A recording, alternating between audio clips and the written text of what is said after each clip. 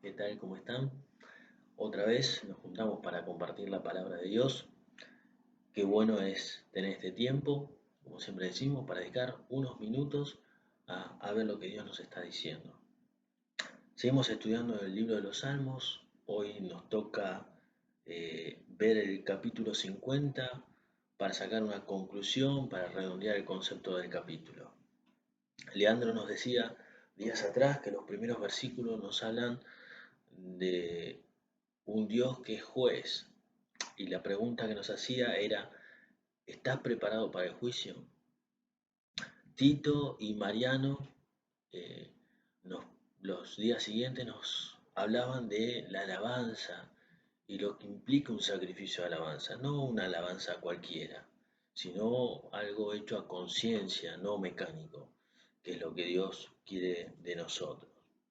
Quisiera, para redondear este salmo, que nos enfoquemos en las tres facetas que Dios nos muestra de este pasaje, que nos hablan de nuestra manera de relacionarnos con Él. Estas tres facetas son un juez inaccesible, un creador suficiente y un Dios cercano. Vamos a volver a leer algunos de los textos de este pasaje, algunos ya los leímos, otros los vamos a leer ahora, eh, para poder desarrollar un poquito esto. Dice el Salmo 50.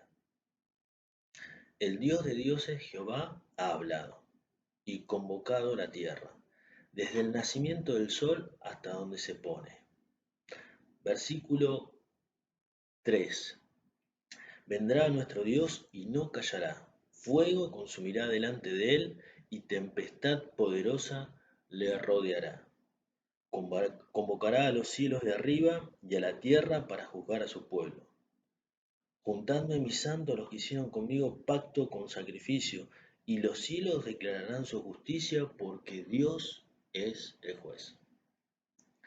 Oye, Dios mío, y hablaré, escucha Israel, y testificaré contra ti.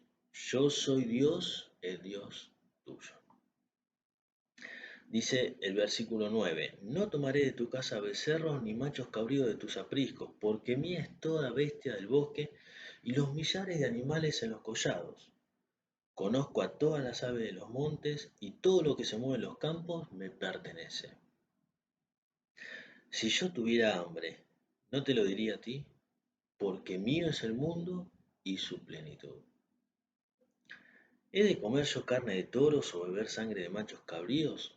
Sacrifica a Dios alabanza y paga tus votos al Altísimo. E invócame en el día de la angustia, te libraré y tú me honrarás. Pero al malo dijo Dios, ¿qué tienes tú que hablar de mis leyes y que tengo mi pacto en tu boca? Porque aborreces la corrección y echas a tu espalda mis palabras. Versículo 21 dice, estas cosas hiciste y yo he callado. Pensabas que de cierto sería como tú, pero te reprenderé y las pondré delante de tus ojos. Último versículo, el 23 dice, el que sacrifica alabanza me honrará y al que ordenare su camino le mostraré la salvación de Dios. Hablábamos de tres facetas de Dios que nos muestran la manera de relacionarnos con Él. La primera, un juez inaccesible. ¿Cuánto nos cuesta el concepto, entender el concepto de justicia justa, entre comillas? Por eso está el dicho popular que dice, Dios le da pan al que no tiene dientes, pensando que Dios de alguna manera también es injusto. Ahora este pasaje nos muestra a un juez distinto, absolutamente justo. La imagen del fuego que le precede, de la tempestad que lo rodea, nos da la idea, la imagen de alguien al que no se le puede acercar, que es imposible acercarse. No podemos a este juez inclinarle la opinión. Es un juez que no recibe cohecho o coima, que no es influenciable, ni su sentencia es posible de esquivar o apelar. Me lleva a pensar este juez. tan justo, tan recto, me lleva a pensar a los dos juicios que tenemos por delante. Los que estudian la Biblia me dirán, bueno, hay más de dos juicios, y es cierto, pero para nosotros, para la mayoría de la humanidad, hay dos juicios principales que están por delante. El primero, para los que han reconocido y recibido a Jesús como Salvador. El segundo, para los que no le recibieron como Salvador.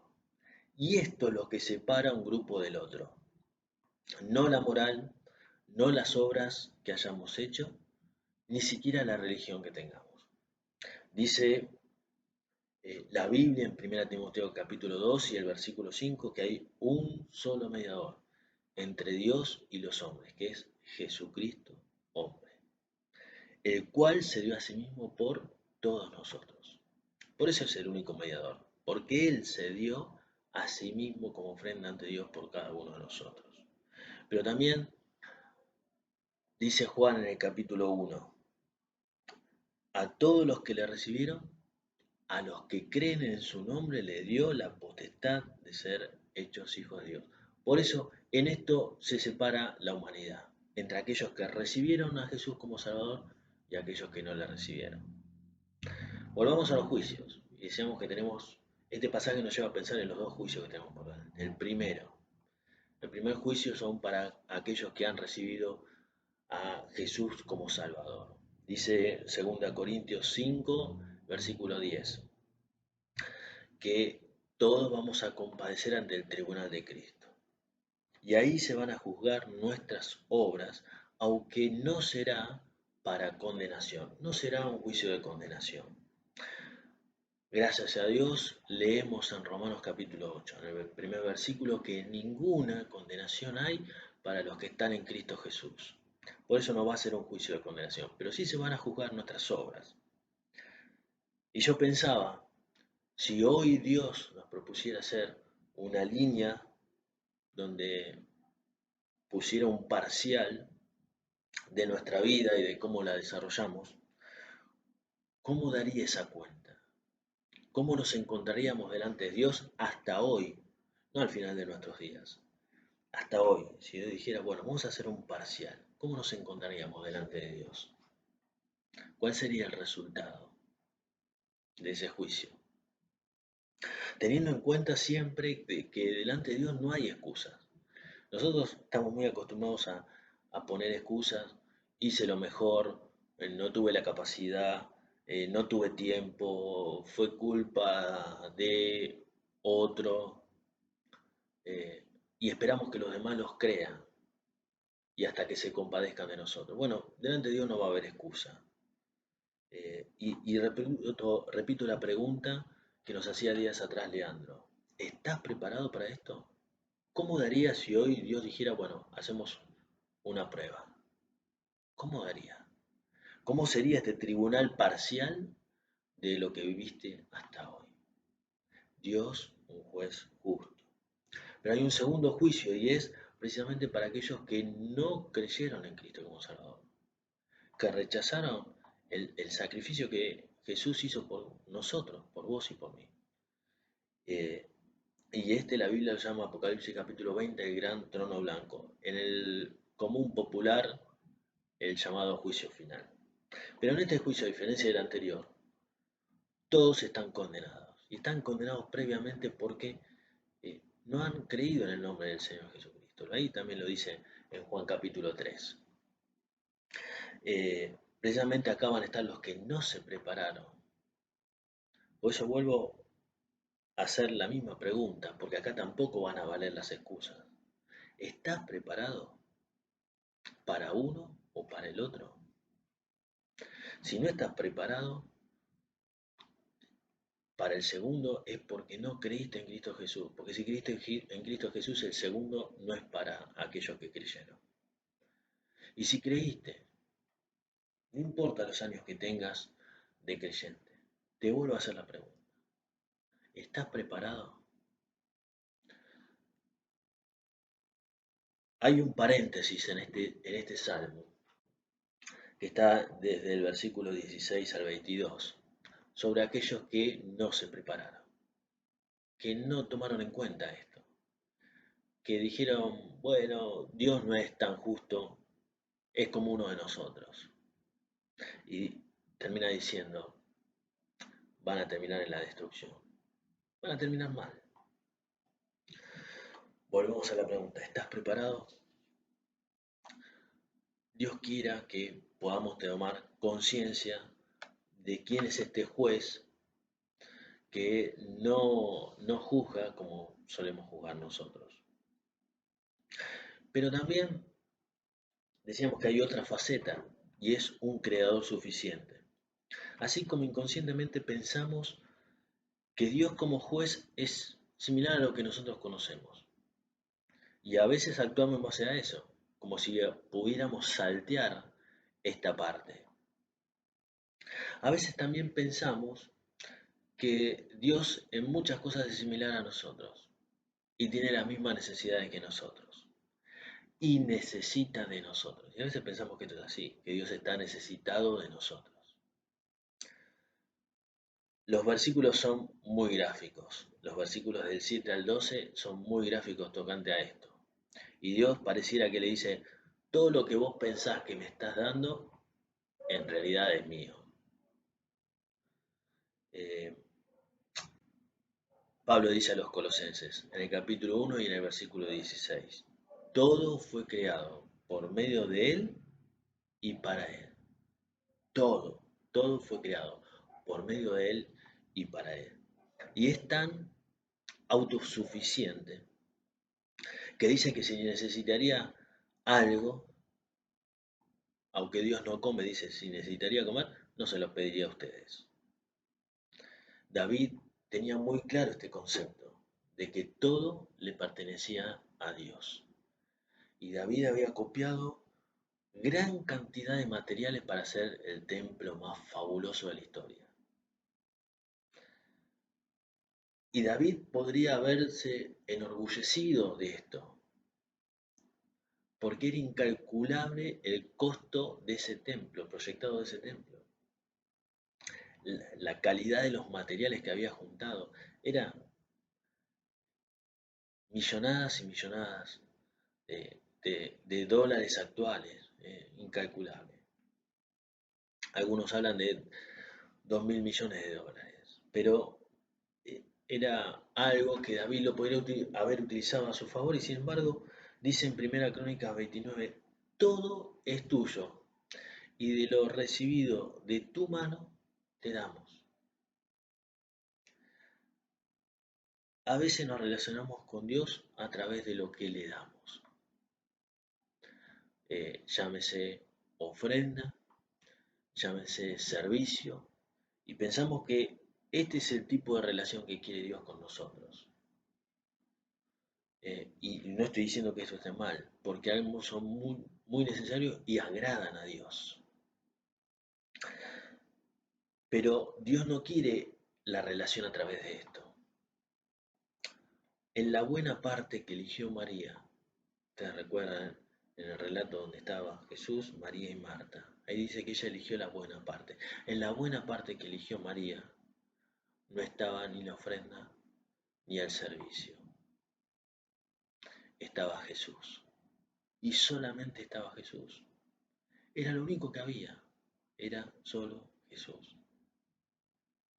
No digo que lo otro no sea necesario. Estoy hablando de lo que Dios quiere de nuestra relación. Lo demás también lo quiere. Pero lo que Dios quiere de nuestra relación. Y María eligió la buena parte. Termino con el último concepto que aparece en el Salmo 50 y es el de un Dios cercano. Este salmo pareciera que fueran tres salmos distintos, porque va de lo complejo a lo sencillo. Habla de un Dios, de un juez justo, inaccesible, a un Dios cercano y accesible. Ahora, ¿qué nos pide este Dios cercano? Dice, no nos pide los sacrificios que nosotros pensamos que podemos darle, o que deberíamos darle, o que podíamos hacer para agradarle. De hecho, la mayoría de la gente piensa que cuanto más cosas hace para Dios, más le agrada a Dios. y hay programadas caminatas y diferentes cosas. ¿Qué es lo que Dios quiere? Porque en una relación no importa solo lo que yo quiero, sino lo que espera la otra persona de mí. Y en este caso lo que importa es lo que Dios espera de mí. Y Dios es claro. Alabanza, sacrificio de alabanza. Que lo invoquen. ¿Qué alabanza quiere Dios? Bueno, de esto nos hablaban Tito y Mariano los días anteriores. Una alabanza que surja del corazón, sentida, pero también pensada. Dice unos salmos atrás, canten con inteligencia, pensando lo que decimos. Ahora, ¿por qué a veces no hay alabanza? O porque no hay una alabanza de este tipo. Y cuando no hay la alabanza es porque no hay relación. Porque es imposible relacionarnos con Dios y que no veamos y experimentemos su grandeza, su poder, su autoridad, su control, su sabiduría, su gloria. Es imposible que relacionándonos diariamente con Dios correctamente no experimentemos esto. Y cuando nosotros experimentamos esto, hablamos de lo que nos llamó la atención. Y le decimos a Dios lo que ya experimentamos, que Él es misericordioso. ¿Cuándo fue la última vez que experimentaste la misericordia de Dios? Bueno, de esto se trata la alabanza, de conocer, pero también de experimentar. Y cuando nosotros conocemos, pero también experimentamos, la alabanza surge. Porque es decir lo que experimentamos, lo que vimos, lo que nos sucedió. Y las cosas con las que tenemos que convivir tocante a un Dios que está cerca, al lado de nosotros, con nosotros y en nosotros. También dice que le invoquemos. Y yo pensaba, ¿qué padre no quiere que su hijo pase tiempo con él? ¿Qué padre no quiere dialogar con su hijo a diario? Tener una relación. Bueno, nuestro Padre Celestial quiere exactamente eso. Pero no porque sea iguales a nosotros o iguales a nuestro Padre. Lo dice porque varios pasajes de la Biblia hablan de que Dios quiere eso de nosotros. Quiere ese tipo de relación con nosotros. Eso es lo que quiere de nosotros. Dice el pasaje que aquel que le invoca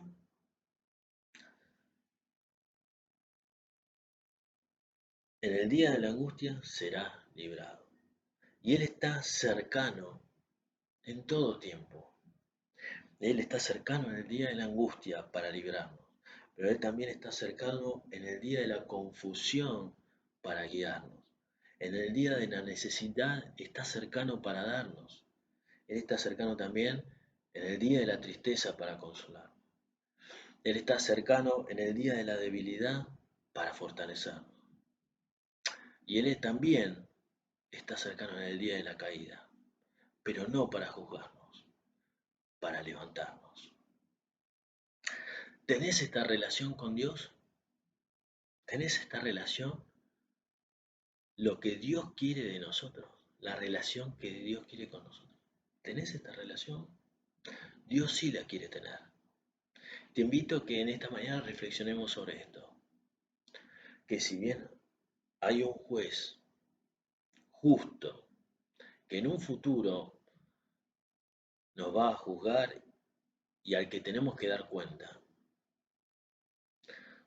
hay un creador que no necesita de nosotros, aunque para nosotros servir a Dios, es una manera de agradecerle. También hay un Dios, hay un Padre cercano que quiere relacionarse con nosotros.